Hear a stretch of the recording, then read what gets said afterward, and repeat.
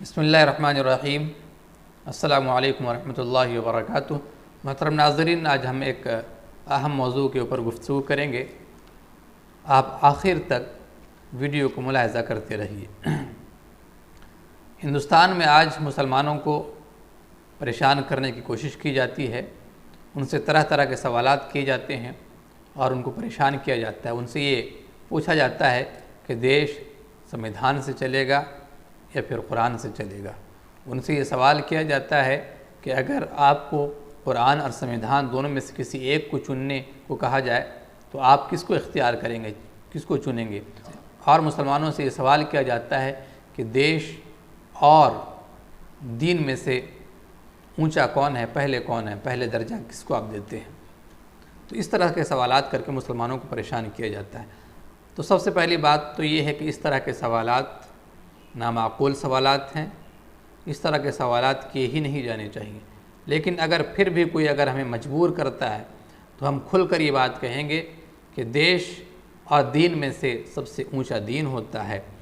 कुरान और संविधान में से अगर किसी एक को अगर चुनने का इख्तियार दिया जाए तो हम वहाँ कुरान करीम को चुनेंगे। क्यों? वजह क्या है? वजह इसकी ये है कि दीन को क्रिएटर ने बनाया है, दीन को रब ने बनाया है। जो इस दुनिया को पैदा करने वाला है उसने दीन दिया है, उसने दीन को बनाया है, उसने इस्लाम को बनाया है। मुल्क की जो सरहदें हैं, हिंदुस्तान है, पाकिस्तान है, इस तरह के नाम और सरहदों में तकसीम इंसानों ने किया है। तो ज़ाहिर सी बात है कि वो चीज़ जिसको रब ने बनाया है, जिसको क्रिएटर ने बनाया है, वो चीज़ मुक़द्दम होगी उस चीज़ पर जिसको इंसानों ने बनाया है। अब जो ये गैर मुस्लिम हैं, जो हिंदू भाई हैं, जो गोबर भी खाते हैं, पेशाब भी पी जाते हैं, अब चूँकि इन्होंने अपने धर्म को ख़ुद बनाया है, ये मूर्तियाँ ख़ुद बनाते हैं, ख़ुद उसकी पूजा करते हैं, तो अब इनके नज़दीक कोई फ़र्क नहीं पड़ता कि ये देश को चुने या फिर धर्म को चुने। क्यों? इसलिए कि इनके नज़दीक कोई मज़हब है ही नहीं। मौलाना महमूद मदनी ने एक बड़ा अच्छा जवाब दिया जब उनसे सवाल किया गया कि देश संविधान से चलेगा या कुरान से। तो उन्होंने दो टोक अल्फाज में जवाब दिया कि देश तो संविधान से चलेगा लेकिन हम कुरान से चलेंगे। ये बड़ी अच्छी बात उन्होंने कही। तो इसी तरह हमें भी जवाब देने की ज़रूरत है कि हम दीन इस्लाम को नहीं छोड़ेंगे, दीन इस्लाम पर चलेंगे।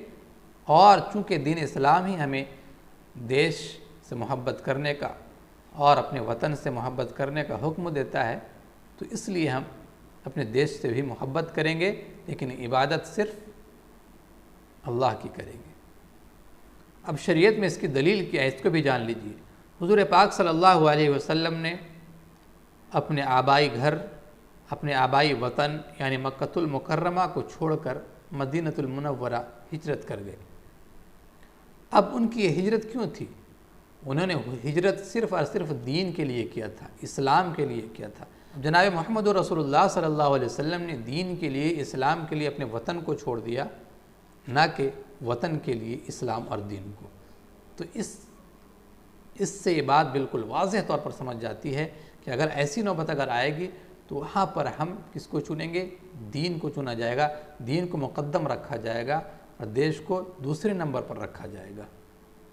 कुरान करीम में अल्लाह ताला फरमाता है, बल तुसिरून हयात दुनिया वल आखिरतु खैरुन व अबक़ा, कि दुनियावी ज़िंदगी को तुम तरजीह देते हो, हालांकि आखिरत की ज़िंदगी तुम्हारे लिए बेहतर भी है और बाकी रहने वाली भी है। तो ये दुनिया दारुल इम्तिहान है, कुछ दिन के लिए हम यहाँ हैं, हमें तो हमेशा कहाँ रहना, आखिरत में रहना है। इसलिए हम कोई ऐसा काम न करेंगे जिससे मेरा रब नाराज़ हो जाएगा। दुनिया नाराज़ हो जाए, हो जाती है, उसकी कोई परवाह नहीं करनी है। बस अगर कोई नाराज़ ना हो तो वो रब को नाराज़ ना होना चाहिए। अस्सलामु अलैकुम वरहमतुल्लाहि वबरकातुहू।